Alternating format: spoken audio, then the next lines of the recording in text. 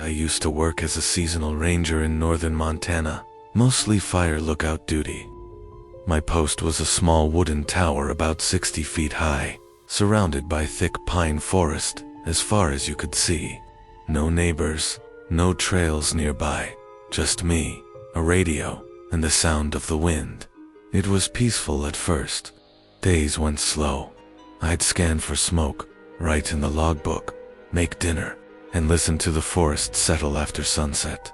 Then, one night in mid-July, I got a radio transmission around 2:40 a.m., static first, then a faint voice. "Hello? Anyone copy?" I responded. "This is Tower 19. I read you. Identify."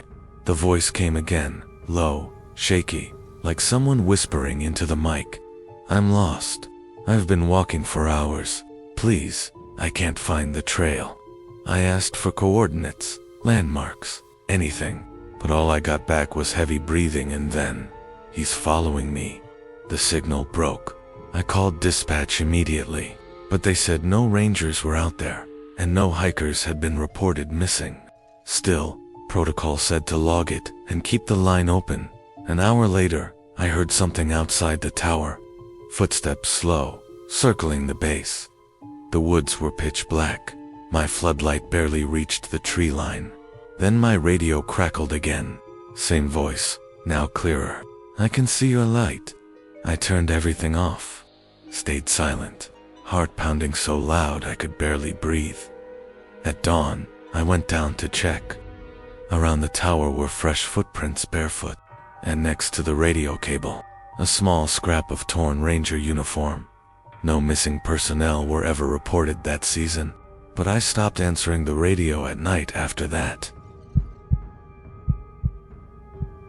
Back in 2016, I was stationed in a national forest in Oregon.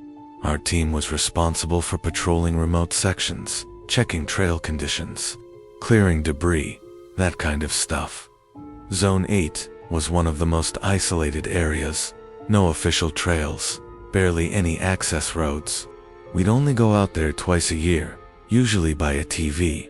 One afternoon, while clearing a fallen log, I noticed something odd on the GPS, a small unlisted structure deep in the woods, marked decades ago. Curiosity got me. I decided to check it out. After a 30-minute hike, I found it, an old hunting cabin, half collapsed, covered in moss. But what caught my attention was the smell, metallic, like rust and something rotten. Inside were broken chairs, old lanterns, and along one wall, dozens of Polaroid photos. Each one showed people camping in the forest, families, couples, even rangers, all from different years. And in every photo, in the background, there was a figure, blurry, always standing far behind the subjects, watching. As I was scanning them, I heard a twig snap outside. Not a deer too heavy.